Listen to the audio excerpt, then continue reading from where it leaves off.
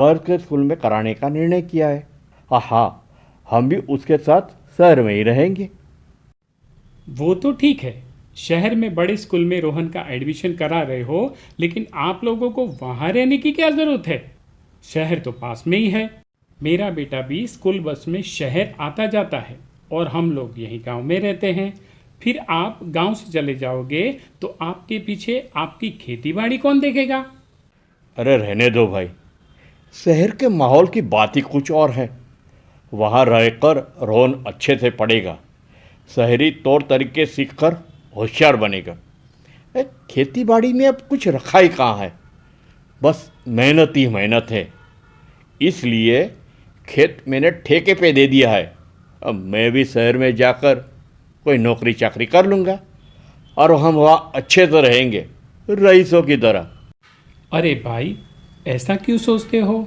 गांव में रहकर भी तो बच्चे होशियार बन सकते हैं। अच्छे संस्कार तो कहीं भी सीखे जा सकते हैं। और गांव में परिवार के बड़े बुजुर्गों के बीच रोहन को और भी अच्छे संस्कार मिलेंगे। और खेती बाड़ी को आप इतना छोटा दर्जे का क्यों मानते हो? इसी खेती से तो हमारी कई पीढ़ियां पलती आई है। यह तो बहुत इज्जत भरा अन्नदाता वाला काम है। अरे छोड़ो भाई, ये तो सब अपनी अपनी सोच है। अब मुझे नहीं बनना ऐसा अन्नदाता जिसकी सारी जिंदगी मेहनत करते करते ही बीत जाए। अब मेरी मानो तो तुम भी शहर चलो। ठीक है ठीक है, जैसे आपकी मर्जी। मैं तो यहाँ गांव में ही खेती करके बहुत खुश हूँ। मेरी ओर से आपको बहुत बहुत शुभकामनाएं।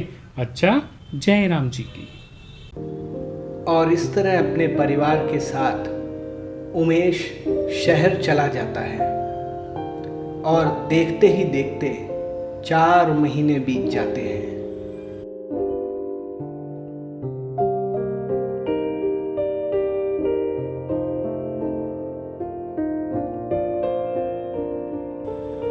चार महीनों के बाद आज उमेश फिर अपने परिवार के साथ गांव वापस आ रहा है।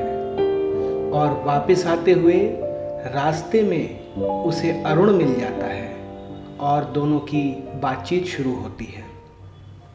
अरे उमेश भाई, जयराम जी की, कैसे हो? बहुत दिनों के बाद दिखाई दिए। जयराम जी की अरुण भाई, अच्छा हूँ। ये तो बहुत दिन हो गए, तो सोचा कुछ दिनों के लिए गांव हो आऊँ। हाँ भैया, शहर में इतने महीने रहकर सबकी याद आ रही थी और बहुत अकेलापन भी महसूस हो रहा था। पापा पापा, क्या कर रहे हो? जल्दी चलो ना, देर हो रही है, मुझे खेलने के लिए जाना है। रोहन चुप रहो, अब मैं काका से बात कर रहा हूँ और तुम बीच में बोले जा रहे हो। ठीक है, तो आप काका के साथ बात करो, मैं दोस्तों के साथ खेलने जा रहा हूँ। Bye uncle. क्या बात है, यह रोहन तो बड़ी जल्दी में है। क्या बताऊँ अरुण भाई, मैं थोड़ी उलझन में हूँ, समझ नहीं आता कि क्या करूँ। क्यों, ऐसा क्या हो गया? इतना परेशान क्यों हो? ऐसा करो, मेरे साथ मेरे घर चलो, वहाँ बैठ के आराम से बात करेंगे। अच्छा ठीक है, चलते हैं।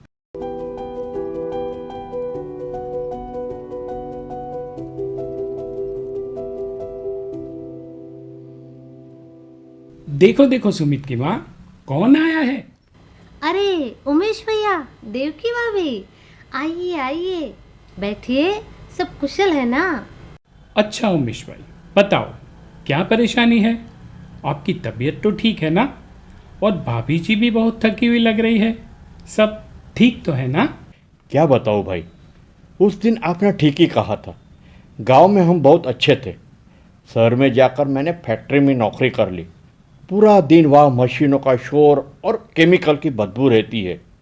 बाहर निकले तो वहाँ भी सारा दिन गाड़ियों की आवाज़ और चारों तरफ धूल और धुआं होता है। हमारे गांव जैसी शांति और चैन की नींद वहाँ है ही नहीं, बस रात दिन भाग दौड़। तब मेरी समझ में आया कि मेहनत तो हर जगह हर काम में होती है, सिर्फ उसका रूप बदल जाता है। शहर में छोटे छोटे कामों के लिए दूर दूर जाना पड़ता है और गांव में तो सब कुछ नज़दीक मिल जाता है। शहर में अगर थोड़ी कमाई ज़्यादा होती है तो उतनी वहाँ महंगाई भी ज़्यादा होती है। ऐसे दूषित वातावरण में रहते हुए तबीयत कभी ऊपर नीचे हो जाती है। इसी कारण थोड़ी कमजोरी आती है। भैया, मैं भी वहाँ पूरा दिन घर पे अकेले रहते रहते ऊब जाती हूँ। यहाँ पूरे परिवार के साथ कितनी खुशी से दिन बीत जाता था, पर बड़े शहरों में तो किसी को किसी से कोई मतलब नहीं, कोई मददगार या हमदर्द नहीं।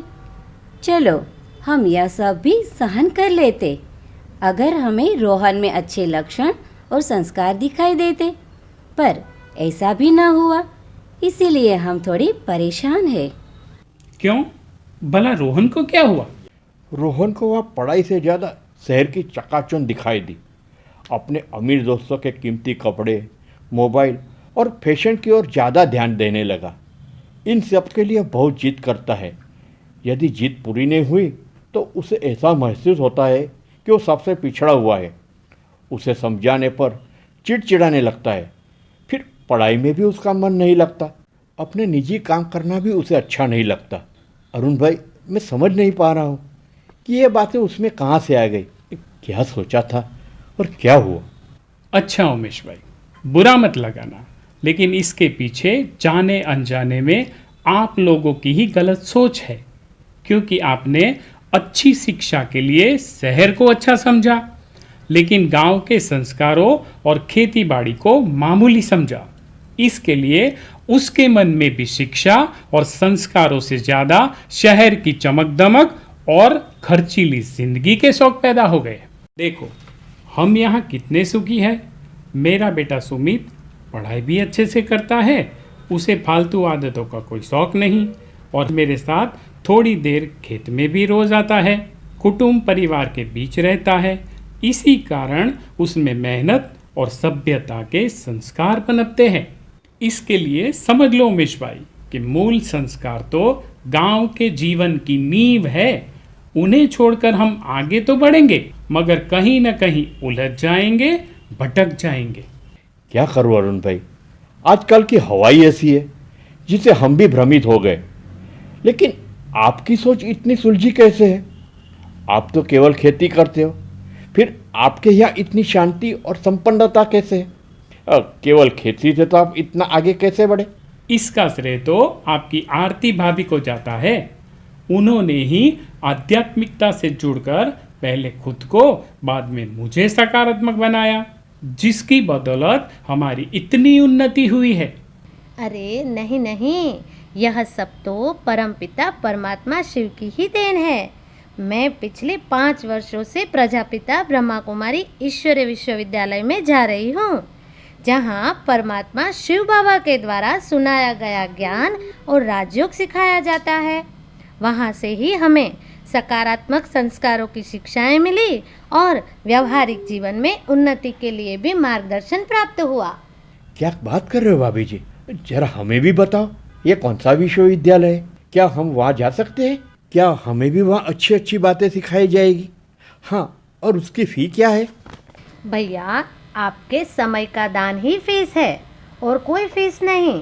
परमात्मा की शिक्षाएं तो सभी के लिए निःशुल्क है। आप केवल इतना कीजिए कि कल हमारे साथ वहाँ चलिए, तो सकारात्मकता हो या खेती, किसी भी विषय में सफलता के लिए परमात्मा से प्राप्त ज्ञान के मंत्र आपको भी बड़ी सरलता से वहाँ मिल जाएंगे। हाँ काका, आप जरूर चलना और रोहन को भी जरूर साथ लाना। मैं वहाँ हर रोज जाता हूँ। मुझे वहाँ शिव बाबा बहुत अच्छी बातें सिखाते हैं, जिससे मेरा पढ़ाई में भी बहुत मन लगता है और मुझे खूब सफलता मिलती है। हाँ बेटा, हम जरूर चलेंगे और रोहन को भी लेकर आएंगे।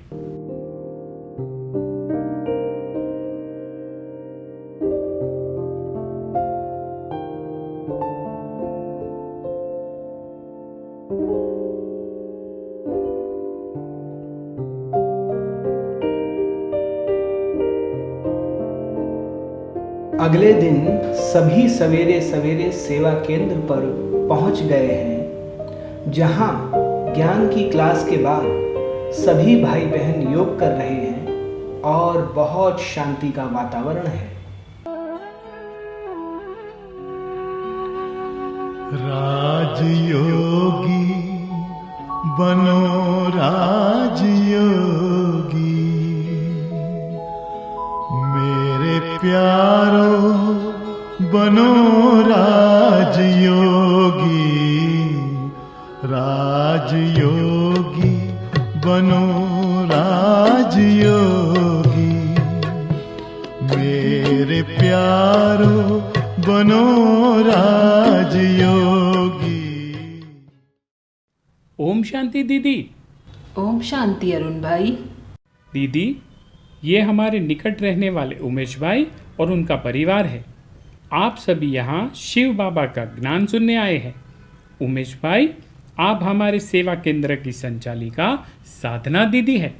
फिर इस परिचय के बाद अरुण साधना दीदी को उमेश की सारी परिस्थितियां अच्छी तरह से बता देता है, जिसके बाद साधना दीदी उमेश को अच्छी तरह से समझाती हैं। ओम शांति भैया, आपने बहुत अच्छा किया भैया, जो आप अपने परिवार के साथ अपने परम पिता परमात्मा शिव बाबा के घर आ गए।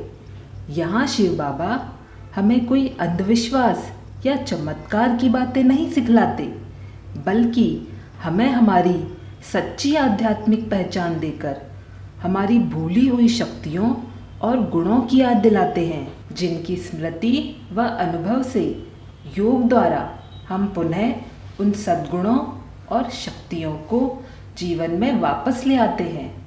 हमारा मन सकारात्मक और संस्कार श्रेष्ठ बनने लगते हैं। मन की ये शक्तियाँ हमें जीवन की हर परिस्थिति में काम आती हैं और हमें सफलता दिलाती हैं।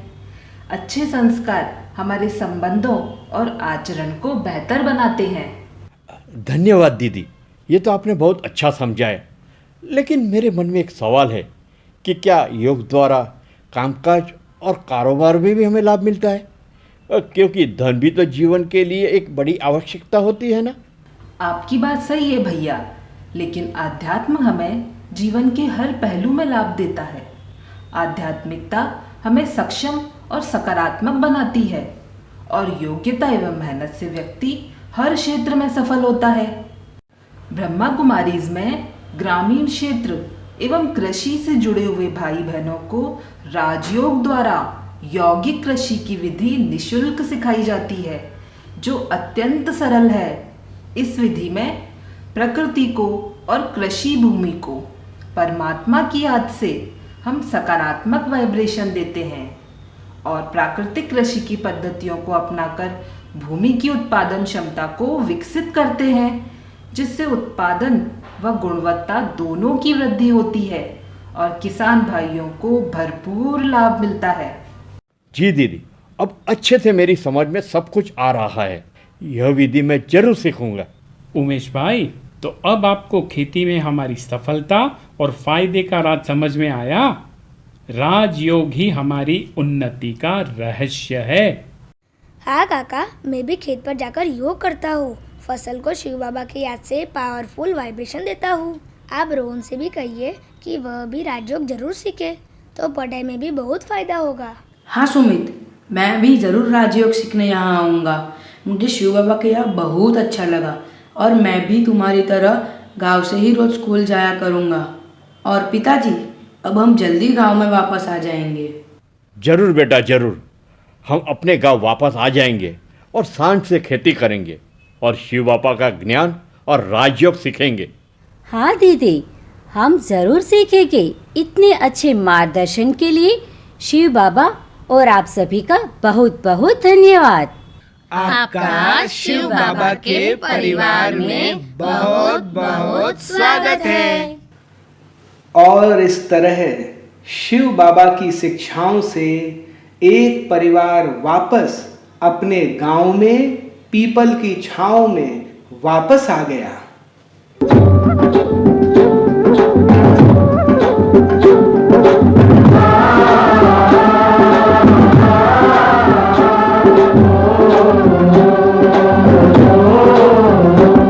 मेरे देश की धरती